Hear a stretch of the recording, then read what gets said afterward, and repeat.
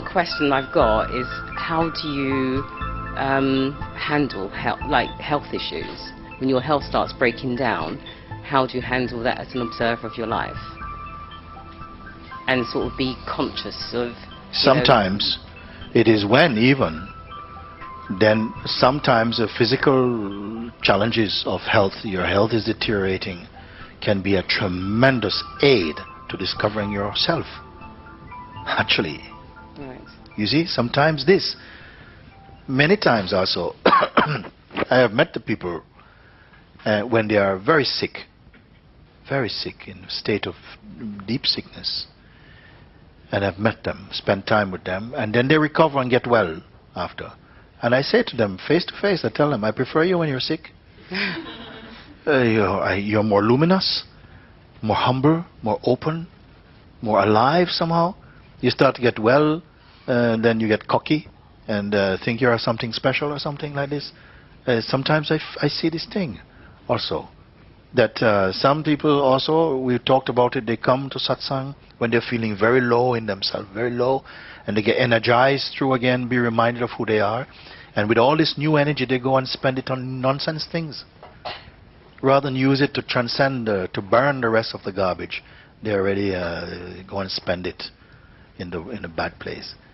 So it's not such a bad thing. And even sometimes, because you have begun to observe yourself, observe your mind, sometimes sickness comes as a kind of healing even sometimes. It's like the beingness is burping up some old stuff, and it comes up in the form of a kind of bodily sickness for a while even, you see. Sometimes people have been sick. We call it satsang flu.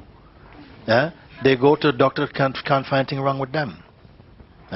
But they just have some psychic debris coming up, and it has to come out. Sometimes it's time of sickness. Sometimes it's a physical sickness come. It can take different forms, and you're observing. I want to say something just briefly about this observing. When I say observe yourself, I don't mean observe yourself for the rest of your life, actually. There's a point to observing. The point to observing is to come to see that all the things that you're observing are transient. They come and go. They come and go. Has anything ever come and stayed? Everything is coming and going. As soon as you see that there's an impermanence about what you experience visually, emotionally, psychically, then you can take it off the fire. It comes off the fire. Something begins to now go. Who is observing them? You see? You're observing the things and you call it my life. So there's something endearing about that, because you say I'm watching myself. I see really how I have been for large part of my life. I've really been not conscious of myself. It's not just going along because of conditioning, speaking, doing things. But now something is more observing this and seeing that, but wait a minute, that's a very unconscious behavior. That's very superficial in some way. And now it's a different phase. It's a deeper phase, a more conscious phase. You're observing. But also gradually, at a certain point, you start to see, well, it's pretty much similar kind of stuff overall. And eventually, life and all your experiences become less itemized and single as experiences, and start to just feel like one soup of sensations, actually. That is just kind of, well, it's just life, basically. It feels like this. Now the one who is observing, this one we must not miss today. Who is observing all of these things? Not who is telling a story, but who actually observes this. And for this, you must turn the consciousness around, away from looking at the items of the phenomena, and try and see the one who sees. Don't create or imagine. I mean, this is one of the most profound insights is going to be revealed out of this. Because you're not going to find an object there as yourself. I'm cutting things short a bit by telling you that, because I prefer to hear this from you. When the question is turned, before you're looking at objects, but now you're looking for the subject. Does the subject have a shape or color, size or gender? All these you can see. All these you can see. The one who sees, can the one who sees be seen? This should be your question now. This question is going to reveal greatly for you something. Don't mind if you get a bit sick. Sometimes the sickness is there. And somehow you'll observe also, include the sicknesses in your observation. It is also momentary. What do you do in terms of your healing? You just. You will do some different people differently. Some people in sicknesses, you start to feel sick, and very quickly, from the first showing of sickness, they're calling for help. They call the doctor, they call the nurse, call hospital, call everything. For others, they wait and they watch. You see? As you become more and more still inside, the panic is less frequent. You go down. Don't pull your parachute too quickly. So slowly, slowly, somehow feel the body, and then somehow, rather than panic, you maybe feel initial panic, and that subsides, and there's just the feeling in the body, the pure sensation of illness. You observe it. And somehow, using this, you're deepening your meditative powers also. Going deeper and deeper, you come to a place where you see, I am not no thing at all. I'm not no thing at all. And sometimes this is one of the most healthy seeing, that I am not an object. Because when you think you're the object, panic. When you panic, worry. And worry is a bad thing for sickness. Okay?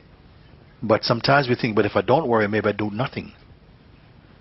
And this is the trap in a sense. Because when you become very clear and empty, then the universe moves. The feeling I, listen to this, the feeling I is there. It's like a sliding bar of I-ness. If it slides this way towards the body-mind identification, and you believe I am a person, if you take your I to be a person, then the person is responsible for taking care of its own life. But if the I is identified as consciousness, then it becomes the universe's responsibility to take care of your body. I say again, if you identify your feeling I as being a person, then it becomes the person's responsibility to take care of the bodily life. But if the feeling I or I am is identified as consciousness, then the universe will take care of your life. And it will do a far better job than your mind can do it.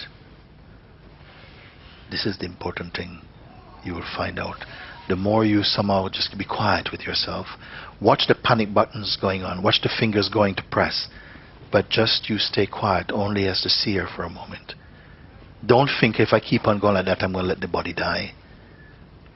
I can't guarantee this. I can say that I've been through these type of things to tell you now, don't panic. Be there. And then intuitively, spontaneously, if help is destined for this body, it will come in such beautiful ways. It come. Because when you live as an individual, you move like an individual. But when you live as consciousness, you move like an environment. It's like help start to come from places, different places start to come. It's like a wave. Come. You're not just one person. It's like wherever your energy comes, joins your energy and help you. So many forces come to fulfill an action. It is doing it anyway, but we have so blocked it out that you're not seeing, you're not living by grace consciously. You see? So you've started beautifully, continue like that. And just watch it. You see? Then somehow you feel at some point, either someone spontaneously come and say, actually, I have a friend of mine who really knows about this or something, and then you say, you sense how to read life more energetically, more than just sort of reading the print. You're sensing life, because we are alive. You're sensing. You're moving more with intuition, and your spontaneity is alive in you, and not just living here. This human being, for a while, is human, and then more being. You see, sometimes very human side, then gradually becoming more into the beingness side. When you are beginning to observe life, you're moving more fully into the aspect of beingness. much more intuitive, more sensing. Then beyond this is the absolute. When I say beyond, I don't mean beyond spatially in time and measurement. I mean beyond in essence, meaning that in the core of this, in the nucleus of the being is the absolute. And you are this. Very much. Very good.